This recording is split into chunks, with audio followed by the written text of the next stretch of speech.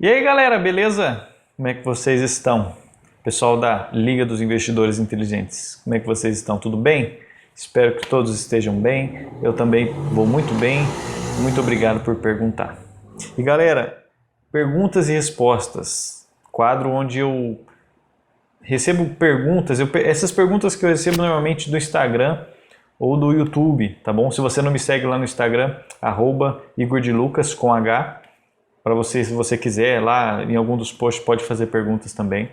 Ou nos próprios vídeos do YouTube, deixa aqui embaixo suas perguntas que a gente faz um vídeo justamente para esclarecer dúvidas que vocês têm em relação a investimentos ou finanças ou qualquer área, fluxo de caixa, tudo isso daí a gente consegue responder, tá bom? Beleza? Então vamos lá. Então vamos começar aqui, perguntas e respostas muito ligado à introdução de investimentos, ok? Pessoal aí, muitas dúvidas iniciais, né? Então vamos ajudar esse povo, tá bom? Ó, primeira pergunta. Teria como pegar um valor emprestado, investir, pagar o empréstimo e ainda sobrar para fazer novos investimentos? Olha, você quer abrir um negócio, né? Porque, né, você pegar um valor emprestado e investir, pagar o empréstimo e sobrar para fazer mais investimentos, ao meu ver é um negócio, é uma empresa que você quer abrir, né? Porque no mercado, se você quer dizer com o mercado financeiro, aí eu já acho difícil. Porque pensa bem,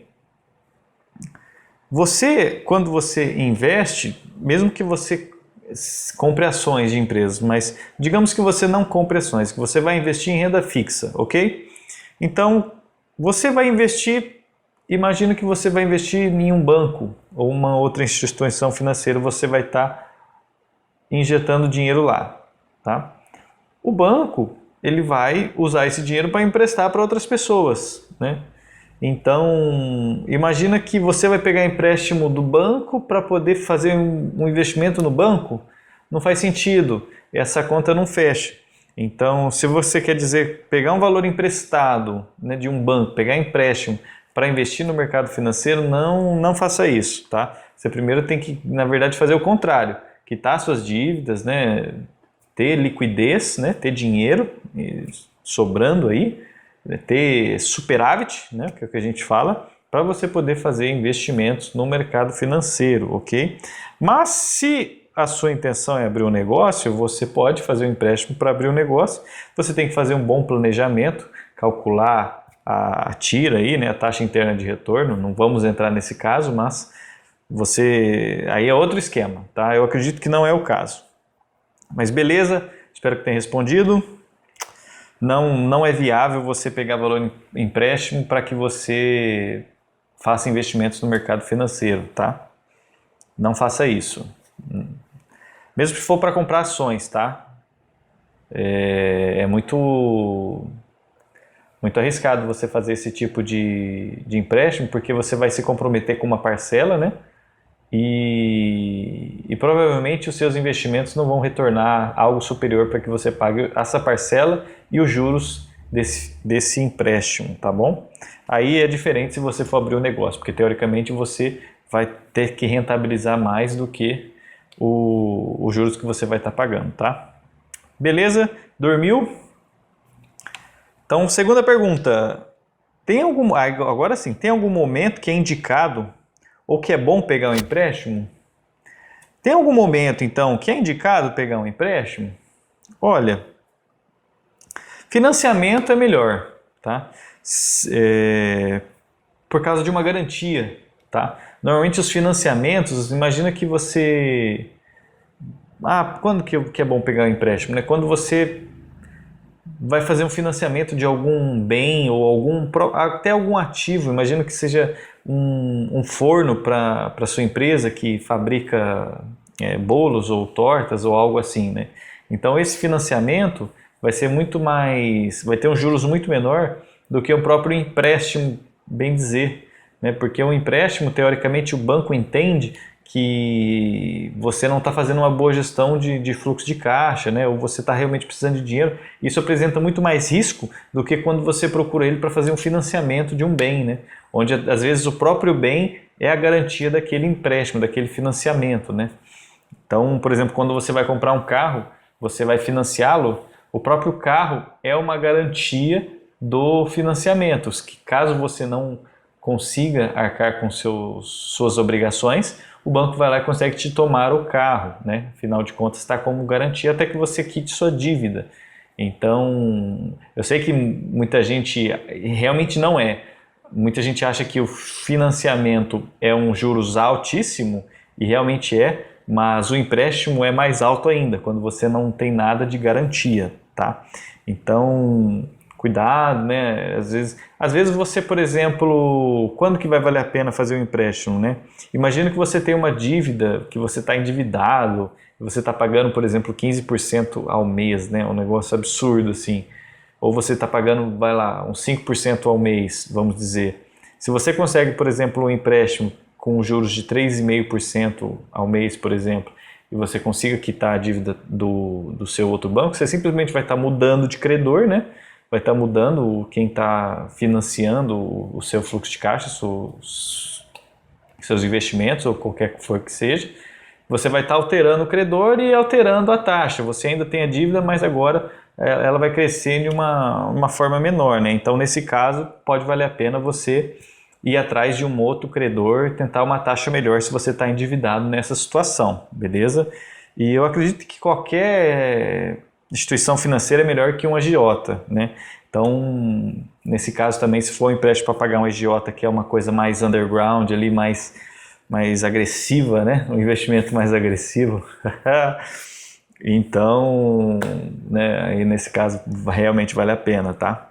Mas aí mesmo é uma questão de taxa, quando não é esse caso de agiota. Espero que não seja o caso. Beleza? Espero que tenha respondido essa. Pergunta número 3, vamos lá. Tenho que pagar impostos ao investir em tesouro direto. Poupança não paga imposto, porque o tesouro direto rende mais. Essa é muito boa, hein? Ó, então, a dúvida dele era: tenho que pagar impostos ao investir em tesouro direto? De fato, tem. O tesouro direto é um investimento que não é isento de imposto de renda. Poupança não paga imposto. Realmente não paga. Por que o tesouro direto rende mais? A resposta é simples, porque mesmo você pagando o imposto de renda que incide no tesouro direto, ou em renda fixa, né, que é tesouro direto é uma linha de renda fixa, é uma categoria, então você percebe que mesmo pagando impostos, você ainda tem um rendimento superior da poupança. Eu vou te explicar com um exemplo na lousa, você vai entender, vocês vão entender de forma muito prática, tá? Vamos lá, entender poupança, por que rende menos que tesouro direto, né? TD, tesouro direto, tá? Qual que é o rendimento da poupança? Muita gente acha que é aquele 0,5% ao mês, né? Muita gente acha que é muita gente acha muita coisa que não convém com a realidade. E agora vocês vão aprender, tá bom? Quanto que rende a poupança? Ela tem duas situações, tá? Ela vai render 0,5% tradicional, né? 0,5% ao mês. Então, 0,5% mês. Se a taxa básica de juros, que é a Selic, for maior que 8%. Se Selic maior que 8%. Então, entenda bem. Se a Selic for maior que 8%, no caso, então, a poupança vai render aqueles 0,5% ao mês. Ali entra a taxa referencial, que é nula, praticamente. No caso, hoje é nula. E mesmo quando a taxa Selic estava alta, ela era praticamente nula, tá bom? Então, você renderia 0,5% ao mês, que daria ali em torno de aproximadamente 6% ao ano. Aproximadamente, tá? Porque, teoricamente, 0,5% ao mês, você tem o juro composto, vai dar um pouquinho mais que 6%. Mas, só para fazer essa conta aqui mais simples, daria ali mais ou menos 6% ao mês, quando a Selic estiver acima de 8%. Então, olha que interessante, né? Quando a Selic está mais de 8%, a poupança rende 6% ao ano, que é o tradicional 0,5% ao mês. Entretanto, se a Selic está menor, vamos pôr aqui, senão, quem programa já conhece essa estrutura, né? Então, senão, ela vai render 70% da Selic. Olha que interessante. Então, se a Selic está 8% ao ano ou mais, né? Isso aqui é o ano, tá, pessoal? Só para não confundir. Aqui a Selic eu estou dando ao ano e a poupança eu estou dando ao mês, tá bom? No caso aqui é ao ano, que 0,5% aqui é o mês que eu coloquei e aqui 6% ano, tá? Então, nesse caso, ela vai render 6% ao ano, tá? Se não, é 70% da Selic. Agora, quanto que vai render o Tesouro Direto, o Selic, né? Tesouro Selic. Em qualquer situação, o Tesouro Selic vai render a taxa Selic, né? Ele vai render ali normalmente 100% da taxa Selic, 100 ou 99% da taxa Selic. A tendência do Tesouro Direto, do Tesouro Selic, é acompanhar a taxa Selic. Então, se a taxa Selic está 10% ao ano, o Tesouro Direto, o Tesouro Selic, né, que é o Tesouro Direto do segmento Selic, vai render os 10%, que é a taxa Selic, e a poupança renderia os 6%. Mesmo que você pague 22,5%, que é a alíquota maior de imposto de renda, se a taxa Selic tiver a 10%, você vai ali tirar mais ou menos, um pouco menos que 8%, que é acima de 6% da taxa da poupança, tá? Nesse caso que a taxa Selic está alta. Agora vamos exemplificar num cenário mais atual, né? Que é onde a taxa básica de juros está 5%, 4,5% nessa faixa, tá bom? Então eu vou apagar aqui só para a gente fazer um outro cenário, tá? Mas você já entendeu como funciona mais ou menos, a gente vai dar mais um exemplo para lacrar essa sua dúvida, tá? Então, digamos que a Selic esteja a 5% ao ano. O Tesouro Selic vai render quanto? 5%. Então, aqui vai render 5% ao ano também. Ano. Quanto que vai render a poupança? Né? Lembra daquela regra? Se tiver menor que 8%, ela vai render 70% da taxa Selic? Então, ela vai render 70% da taxa Selic, que é 5%. Tá? Então você tira aí 30% de 50%, é o que vai render mais ou menos ali a poupança, tá? Em torno de 3, alguma coisa, 3,4, 3,3, algo assim, tá bom? Ao ano. Então perceba que a poupança, quando a taxa Selic está 5%, ela vai render em torno de 3,5 mais ou menos. Enquanto o Tesouro Selic rendeu 5% ao ano. Aí você fala, tá, vamos colocar uma alíquota de 20% no caso desse título, né, desse imposto de renda que você vai pagar. Você vai tirar 20% da sua remuneração no ano. Digamos que você tire uma alíquota de 20%, você iria ali receber 4% depois de pagar os impostos de renda. Opa, 4%. Perceba que é superior à taxa de remuneração da poupança, tá?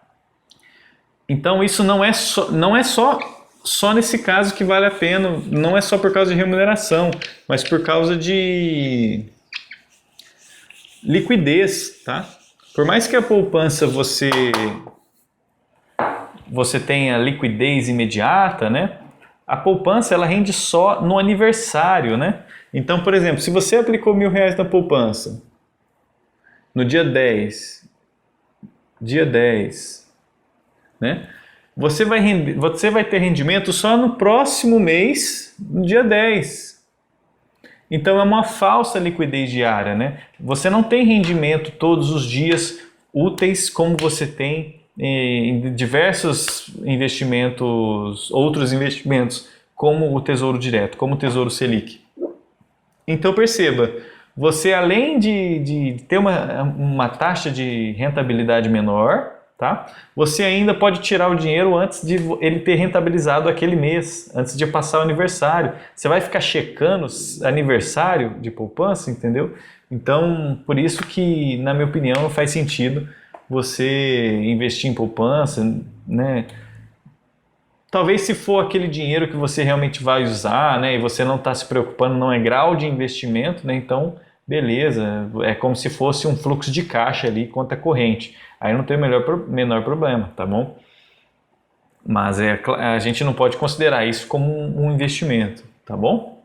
Beleza, então espero que tenha tirado a sua dúvida por que a poupança não rentabiliza, né? Mesmo pagando impostos, o Tesouro Direto ainda sobressai. Beleza? Vamos lá, próxima pergunta. Tem mínimo para investir em bolsa? Tem mínimo para investir em bolsa? Não. Assim, com R$ 100 você já consegue investir, você já consegue comprar uma ação, ou comprar um fundo imobiliário, ou investir em um fundo, tá? Com R$ 100 você já consegue, então não perca tempo, só não faça besteira, só não comece fazendo besteira. Vá com calma, vai no Tesouro Selic, procura saber a respeito do Tesouro Selic e faz a sua reserva de caixa lá, comece, mas com pouco dinheiro você já consegue investir em bolsa, tá bom? E esse é um dos problemas, né, também. Com pouco dinheiro você consegue investir, então, apesar de ser acessível, né, você realmente tem que saber do que você está fazendo, porque você pode realmente estar comprando coisas que você não sabe, com os códigos lá da bolsa, e acabar se embananando e perdendo dinheiro. Tá? Isso não é o que eu gostaria que acontecesse com você. Então, se você quer começar em bolsa de valores, então só de fato de você estar aqui, você já está melhor do que antes, tá? Então, siga este canal. Os conteúdos que a gente faz até sobre bolsa de valores são muito significativos e relevantes, tá bom? Ative as notificações que você vai aprender para você aprender mais e se sentir mais confiante para entrar em bolsa de valores, beleza? Essa é a dica. Mas, então, tem mínimo, com R$ 100 você já consegue investir tranquilamente, beleza? E se eu quiser meu dinheiro de volta, né? Como resgato os meus investimentos? Né? Ou pergunta, e se eu quiser meu dinheiro de volta? Como resgato meus investimentos, né? É uma preocupação legítima. E a resposta não poderia... A pergunta subjetiva, a resposta também subjetiva. Depende, né? Depende do ativo, depende do produto. Por exemplo, quando você investe em Tesouro Direto, que a gente deu o exemplo, você consegue resgatar em um dia ou dois, entendeu? Seus investimentos. Então tem uma liquidez bacana, né? Liquidez, capacidade de transformar em dinheiro aquele ativo, aquele investimento, tá? Então, no caso de fundos, né? Fundo de investimento, aí tem diversas classes de fundos de investimentos também. Então, quando você quiser resgatar, você tem que verificar como é que é no regulamento desse fundo o resgate, tá? Dependendo do tipo de fundo, esse resgate pode variar em torno de um dia, vai de 0 até no mesmo dia você pode receber, ou um dia, 2, 15, 10, 30, depende do tipo de fundo, tá bom? Então, o ideal aqui é fazer um planejamento de liquidez, né? Um planejamento de quanto você precisa de dinheiro, em que prazo você precisa, em que prazo você quer investir, se planeja investir. Fazer um planejamento de liquidez aí, para você realmente não ter prejuízo com resgates antecipados, com investimentos que têm vencimentos maiores. Beleza? Espero que tenha respondido. Vamos lá, sequência. Qual é o investimento mais arriscado do mercado e qual é o mais seguro? Então uma pessoa queria saber, né? Qual é o investimento mais arriscado do mercado e qual é o mais seguro? Ó, eu vou exemplificar na lousa, tá bom? Ó, vamos pôr aqui, do mais seguro até o mais arrojado. Arrojado, certo? Então, por exemplo, o Tesouro, né? Ele ali é o investimento mais seguro do país, né? Porque você está emprestando dinheiro para o governo, né? E o governo é o que mais tem capacidade de pagar essa dívida, tá bom? Ele vai lá e faz mais dívida para poder pagar a sua dívida, vai lá e emite mais títulos, mas enfim, isso daqui você pode ficar tranquilo. O Tesouro é o investimento mais seguro que você pode fazer, o mais tranquilo, tá bom? Então, do Tesouro, a gente vai para o crédito privado. Privado, né? Quando a gente... Aqui, a gente vai entrar antes em bancos, né? Vamos, do Tesouro, vou separar aqui. Crédito privado, investimento bancário, certo? Aí aqui sim, crédito privado. Crédito privado. Então vamos lá. Então o Tesouro mais seguro, beleza? Depois você tem os investimentos bancários. Por que eles são seguros? Porque eles contam com cobertura do FGC, que é o Fundo Garantidor de Crédito, que ele cobre até um determinado valor para as suas aplicações, para os seus investimentos bancários, tá? Depois a gente tem a modalidade de crédito privado. O que é? É você basicamente emprestar para outras empresas, tá bom? Então você está emprestando para outras empresas, você tem um risco maior e normalmente, né, um risco maior tende a te dar uma rentabilidade maior. Depois aqui do crédito privado, aí a gente entra em ações, tá? Que eu acredito que é uma próxima linha de risco, tá? Quando você compra ações, você se torna sócio daquela empresa. Então é como se você estivesse empreendendo ali por tabela, né? Então é um risco maior do que simplesmente emprestar dinheiro para uma empresa que tem a capacidade de pagamento, tá? É claro que isso daqui, pessoal, é subjetivo também, porque o investimento de crédito privado, você vai emprestar dinheiro para uma empresa ruim, é pior, tem muito mais risco do que você ter ações de empresas boas, né?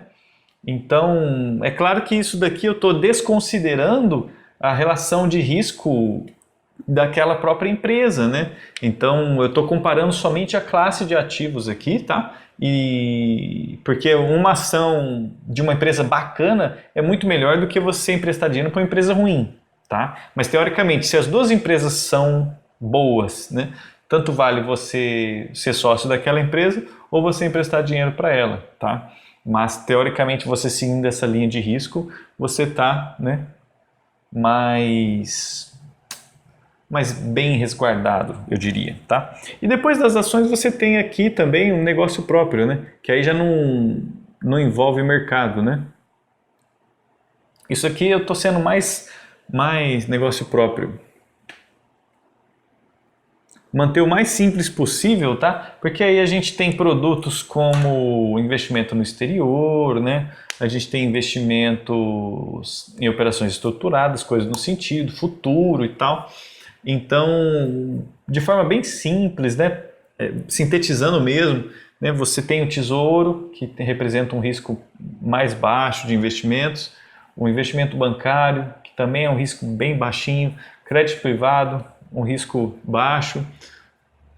Ações, né? Desde que você seja sócio de boas empresas também, é um risco aceitável de ser, porque afinal de contas você está sendo sócio de uma empresa, então você vai participar nos seus lucros ou prejuízos, né? E você abrir um negócio próprio é mais arriscado do que todos esses tipos de investimentos, né? E é o que você pode ter um maior retorno também, né? Maior rentabilidade, se o seu negócio prosperar. Mas isso daqui é mais para elucidar, né? Para poder iluminar a cabeça de quem fez essa pergunta, né? Qual é o investimento mais arriscado do mercado e qual é o mais seguro. Espero que tenha ajudado, tá bom? Beleza?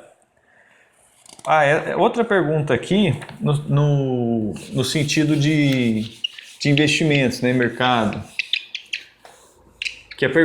Todo mundo fala de diversificação, né? Todo mundo fala de diversificação, diversifique e tal, mas a pessoa pergunta, o que é diversificação de investimentos? Que raio é isso, né? O que é diversificar? Então, se você for analisar, né, diversificar tem a ver com você dar mais opções, né? Quando você tem diversidade, você tem mais opções, certo? Faz sentido? Então, quando você diversifica investimentos, você tem mais opções também, tá? E é uma teoria que diz o seguinte: você diminui o seu risco quanto mais ativos você tem em carteira. Imagina o seguinte, se você tem uma ação apenas, se você é sócio somente da, sei lá, uma empresa de construção imobiliária, MRV, por exemplo, você é sócio da MRV, né? Você tem o risco 100% MRV, você tem o risco 100% daquela empresa ir bem ou não, né? Mas imagina que você tem MRV e Cyrela, por exemplo, outra empresa do setor. Aí você tem duas empresas diferentes, você tem um risco mais atenuado, porque agora está dividido em duas empresas, certo? Concorda até aí? Agora é o seguinte, você ainda está no setor imobiliário, você só está no setor imobiliário. Se alguma coisa acontecer com todo o mercado de imóveis, você vai ser afetado. Então, você entende que você diversifica não só em outras empresas, mas também em outros segmentos, tá bom? Então, você, por exemplo, ter uma companhia aérea e você ter além dessas duas que eu citei, você ter, por exemplo, uma companhia aérea, né? Aí você vai ter uma companhia de petróleo, aí você vai ter uma outra companhia de outro setor, de jogos, ou de desenvolvimento, ou de tecnologia, ou de setor de médico, setor medicina, setor de consultório, enfim. Então você percebe que quanto mais você está diversificado, quanto mais ativos compõem aquela sua carteira, mais você vai estar protegido de qualquer variação que possa ter. Percebe que se, por exemplo, você tem uma carteira onde uma participação de 1 ou 2% em cada ativo, se aquele ativo liquidar totalmente, ou seja, a empresa fechar e acontecer uma tragédia, você vai ter um impacto só de 2 ou 1% em todo o seu patrimônio. Então você percebe a importância da diversificação, porque se você tivesse 100% alienado essa sua carteira de investimentos a esse risco dessa empresa só, você perderia todo o seu patrimônio, tá bom? Então é isso que quer dizer a diversificação de investimentos, você procurar diversificar sempre que possível, tá bom? Espero que tenha solucionado mais essa questão, beleza? E aí a próxima questão que segue na mesma linha, né? Quando que é indicado diversificar os meus investimentos? Quando que é indicado diversificar meus investimentos? Né? A pessoa tem pouco capital ou muito capital. Então, é difícil diversificar quando você tem pouco capital, né? Então a dica é investir através de fundos, tá? Porque bons fundos, né? Bons fundos de investimentos. Por quê? Um fundo de investimento ele já é diversificado por natureza, né? O gestor do fundo já diversifica. Se é um fundo de renda fixa, por exemplo, ele diversifica a sua carteira. Se é um fundo de ações, ele diversifica a sua carteira. E você, com pouco recurso, consegue participar de um fundo de forma diversificada, muito mais segura do que você começar sozinho, tá bom? É um dos motivos que eu indico você utilizar fundos de investimento como uma opção de começar a investir, tá? Porque você vai estar entregando essa sua escolha para um gestor, né? E é importante que você escolha bons fundos, né? Porque a próxima pergunta já é muito interessante, né? É importante que você utilize de bons fundos, né? Conheça bons produtos de investimento, fundos de investimento, para que você tenha uma boa experiência, né? E investir através de fundo é o que faz você diversificar quando você tem pouco, né? Mas sempre é indicado, né? Quando é indicado? Teoricamente sempre. Se você tem pouco, invista através de fundos, tá bom? Beleza. E se você, por exemplo, não quiser utilizar fundos, não gosto de fundo é do demônio ou sei lá o quê. Beleza, mas entenda o seguinte, se você, por exemplo, tem 100 mil reais e você quer começar a investir e não quer utilizar fundos de investimento, então você tem que diversificar esses 100 mil reais. Se você tem 1.000 reais ou se você tem 500 reais, aí você não consegue ter a mesma diversificação. Você tem que só entender o risco que você está correndo, mas se você escolher uma boa ação, um bom fundo, ou desculpa, você não quer fundo, né? Se você escolher uma boa ação, uma boa renda fixa, então você vai estar indo bem, né? E quando possível você vai diversificando ali, né, ao longo do tempo, beleza? Espero que tenha respondido. Então é isso, pessoal. Só concluindo aqui o que a gente falou hoje, tá? Poupança rende 70% da taxa Selic, logo a alíquota mais alta de imposto de renda rende mais do que a poupança, né? Com o Tesouro Direto que a gente está falando, tá? Você consegue investir na bolsa já com 100 reais, beleza? E a diversificação é a diluição daquele risco não sistêmico, né? Ou seja, aquele risco que afeta somente aquela empresa ou aquele setor, beleza? Espero que você tenha gostado desse vídeo. É um prazer estar aqui com vocês. Se você gostou do conteúdo, eu peço que você gentilmente curta esse vídeo. Isso faz com que mais pessoas possam ter acesso a esse conteúdo e também aprender mais em investimentos e finanças em geral. Tá? E deixa aqui suas dúvidas, se você tiver alguma sugestão, algum comentário, alguma dúvida, que eu vou me sentir delighted, eu vou adorar poder ajudar mais pessoas. É por isso que eu estou aqui, tá bom? Então, muito obrigado pela companhia. Inscreva-se no canal para não perder novos vídeos. Dessa forma você vai aprender mais, não é mesmo? Então, fiquem com Deus, boa semana e tchau!